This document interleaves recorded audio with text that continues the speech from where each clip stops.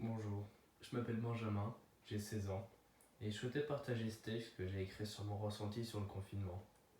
Notre routine quotidienne commence à se faire loin maintenant. Le réveil à 6h40, le bus scolaire, les intercours, les repas au CEP du lycée semblent d'une autre époque. Mais il ne date que de 2 semaines ou 3. On l'a pourtant vu arriver progressivement en Chine, en Europe, en France et chez le voisin maintenant. Et personne n'était prêt à laisser ses habitudes de côté comme ça. Certains ont vu leur vie se ralentir, obligés de revenir à l'essentiel, à se demander comment réussir à occuper sa journée. D'autres, à l'opposé, ont vu tout s'accélérer avec sur leurs épaules la France entière. Nous sommes en guerre, paraît-il. Chaque guerre a ses héros. Nous avons trouvé les nôtres.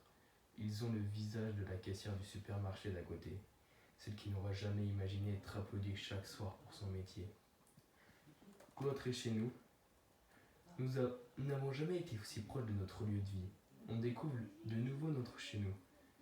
J'ai énormément de chance car j'aime ma maison. Je suis un privilégié. Je me sens honteux de me l'avouer.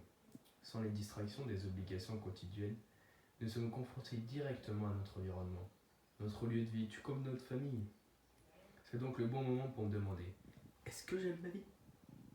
Je suis alors obligé de me répondre oui, car je n'ai jamais été aussi favorisé que dans ce confinement, qui nous rapproche de ce qu'on est devenu et qui met chacun bien à sa place, dévoilant au grand jour les différences.